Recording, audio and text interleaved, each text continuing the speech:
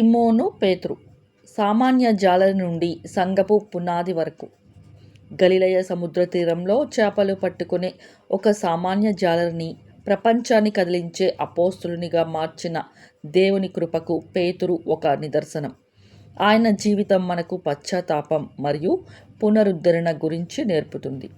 ఒకప్పుడు గలిలయ సముద్ర తీరంలో వలలు విసురుతూ చేపలు పట్టుకుంటూ జీవించే ఒక సామాన్య జాలరి సిమోను.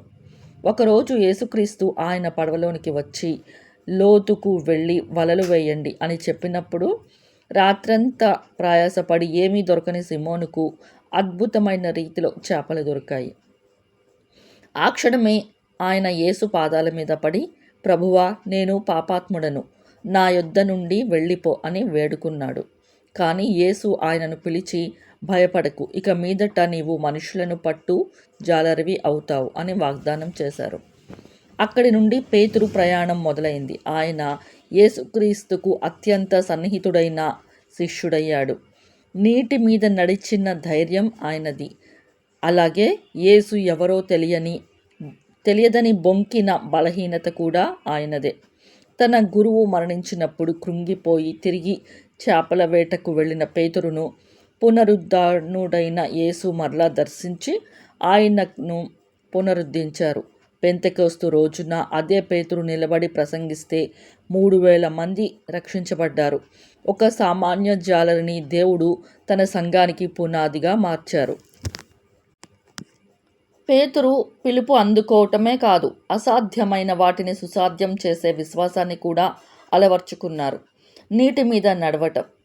తుఫాను సమయంలో పడవలో ఉన్న ఇతర శిష్యులు భయపడుతుంటే పేతురు మాత్రం, ప్రభువా, నీవే అయితే నీటి మీద నీ యొద్దకు వచ్చేలా నాకు సెలవిమ్ము అన్నారు. యేసు మీద దృష్టి ఉంచి ఉన్నంతసేపు ఆయన నీటి మీద నడవగలిగాడు. ఇది పేతురు ధైర్యానికి మరియు అసాధారణ విశ్వాసానికి గుర్తు. మల్కు చెవిని నరకడం. గెత్సెమనే తోటలో ప్రభువును బంధించడానికి వచ్చినప్పుడు పేతురు తన కత్తి తీసి ప్రధాన యాజకుని దాసుడైన మల్కు చెవిని నరికేశారు. దేవుని పని రక్తమాంసాలతో కాదని ప్రభువు అక్కడ పేతురును సరిదిద్దారు. ఆవేశాన్ని అణుచుకొని దేవుని చిత్తానికి లోబడటం ఇక్కడ పేతురు నేర్చుకున్న పాఠం. ఇది ఆయన అసక్తతను చూపిస్తుంది. బొంకుట. యేసు పేతురు పతనం. అతి విశ్వాసం. అందరూ నిన్ను విడిచినా నేను విడువను, నీతో కూడా మరణానికి సిద్ధం అని తన స్వశక్తిపై అతిగా నమ్మకం పెట్టుకున్నాడు. యేసు బంధించినప్పుడు ఒక చిన్న పరిచారక ప్రశ్నకు భయపడి ఆయన ఎవరో నాకు తెలియదు అని 3 సార్లు బొంకారు. కోడి కూత, మారు మనసు. కోడి కూయగానే యేసు మాట గుర్తొచ్చి తన బలహీనతను గ్రహించి బయటకు వెళ్ళి బిగ్గరగా ఏడ్చాడు. ఆ కన్నీళ్లే ఆయనను కడిగివేశాయి. ఒకప్పుడు భయపడి బొంకిన అవే పెదవులతో పెంతెకొస్తు రోజున 3,000 మంది రక్షించబడేలా ప్రసంగించారు. చివరకు తన ప్రభువు కోసం తలక్రిందులుగా సిలువ వేయబడటానికి కూడా వెనుకాడలేదు.